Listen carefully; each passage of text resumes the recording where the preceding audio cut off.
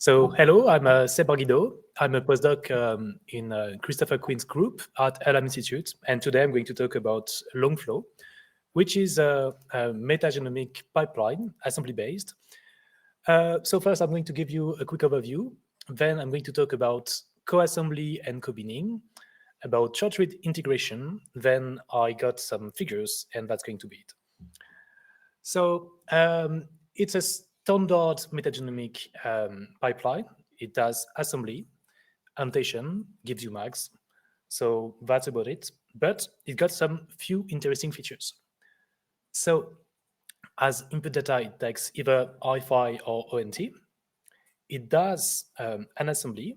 Currently, you can run any of the three assembler MetaMDBG, IFISM, Meta, or Metafly.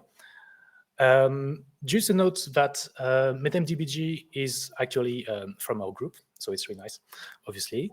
It's currently the default assembler for ONT endorsed by ONT. And it's got maybe something you don't know, an interesting feature that you can do hybrid assembly between IFI and ONT, which is a feature that we actually configured into the pipeline. So if you are rich enough to have both kind of long reads and you want to try to do an assembly with both, you can do it with our pipeline. For text, we do both functional and taxonomic annotation.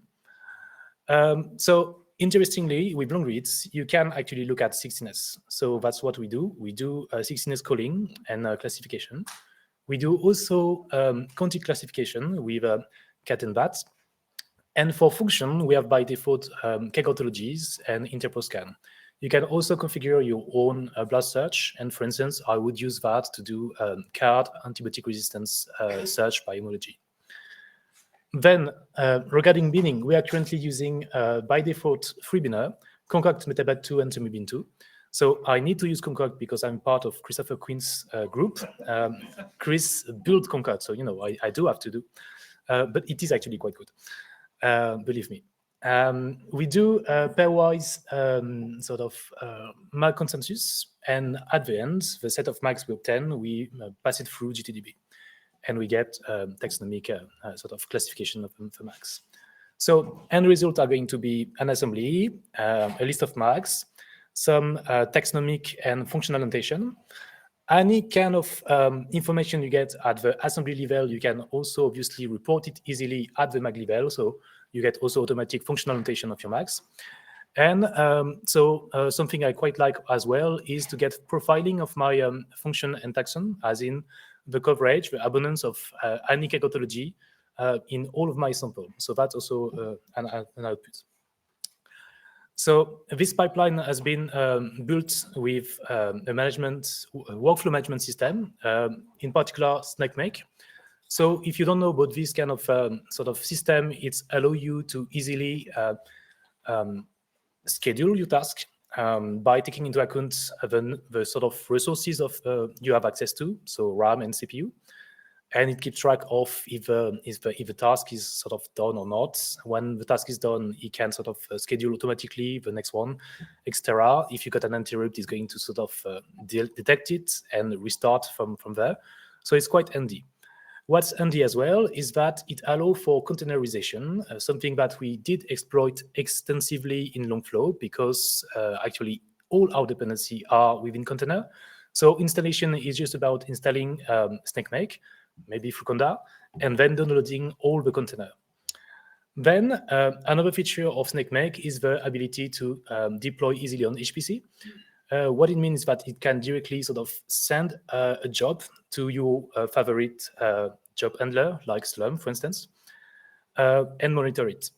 So actually, it's really easy to sort of adapt to a new HPC and to sort of flood it with a lot of jobs.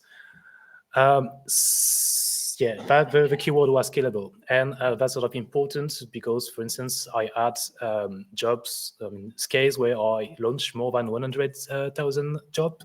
So obviously not at the same time, but in total, that was the sort of volume of sort of analysis I am able to do with this kind of pipeline. So why would I need that many jobs? It's because of co-assembly.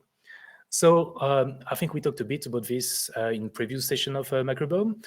you can do either, okay, so we got an example. We got 2 mices. We got 8 samples because I got 4 time points. And then I can do either co-assemblies. I'm going to pull all the samples together, the 8 of them, or maybe I think it sort of makes more sense to do at the mice level. So that's co-assembly. Or I could do single sample assemblies. I got 8 samples. I'm going to make 8 single sample assemblies.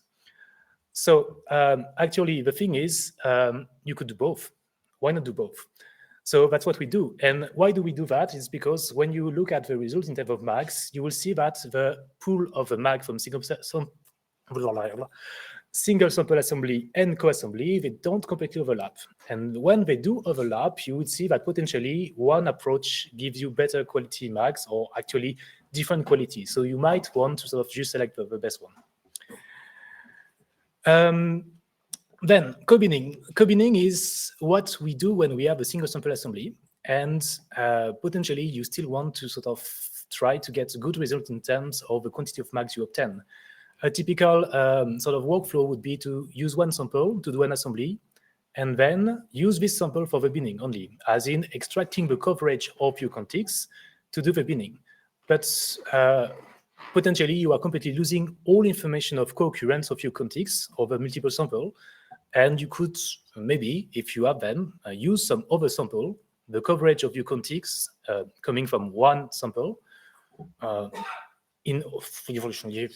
going to repeat that, sorry. So just the basic idea is that you're going to map over sample into your single sample.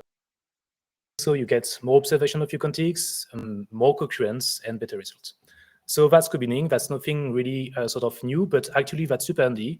And all of this, you can configure it on Longflow. And with one config file, the one config file to do all your analysis, creating, for instance, in this case, 11 folders for 11 kind of assemblies. Next, I'm going to talk quickly about short-read integration. So imagine you have short-read sequencing because it's sort of less expensive than long reads, but you also have long reads. So you do your long read assembly, and then you would like to still be able to sort of characterize your mag in short-read samples. Might be useful, and potentially maybe you could use the short reads to improve your long read spinning.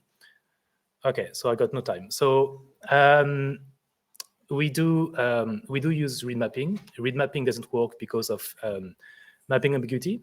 So instead, we use unique KMRs.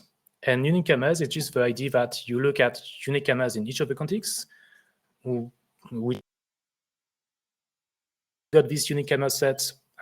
You try to look at them in each of the different short-read sample. You get a unique KMR histograms. These unique KMR histograms need to be fitted, and to do so, we use zero-inflated Poisson. I got an example on one of my datasets where we did all the assemblies. So that's, in this case, 51 different assemblies. And in terms of integrating short reads, what we did is just try to improve the binning for the co-assemblies. And depending on the assembly, we got varying good results between 3% and 33% increase in the number of mags. But also the sort of the interesting part is that you get to have the abundance of your mag in short-read sample. Okay, now it's where I show you figures to sell you the pipeline. So they are automatically generated. First one is sort of diagnostic of quality, which shows contamination against completion. So you want to be on the bottom left, right corner. Second figure is, I think Chris showed that quickly yesterday. You want to know which proportion of your community you manage to have in a mag. You look at single copy core genes, you cluster them by 97%, you look at the coverage, and then you look at which mag they are in.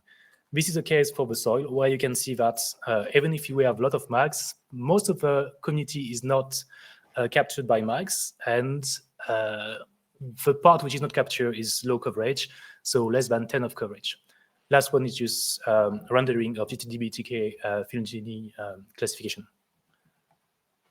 Thanks for attention and question.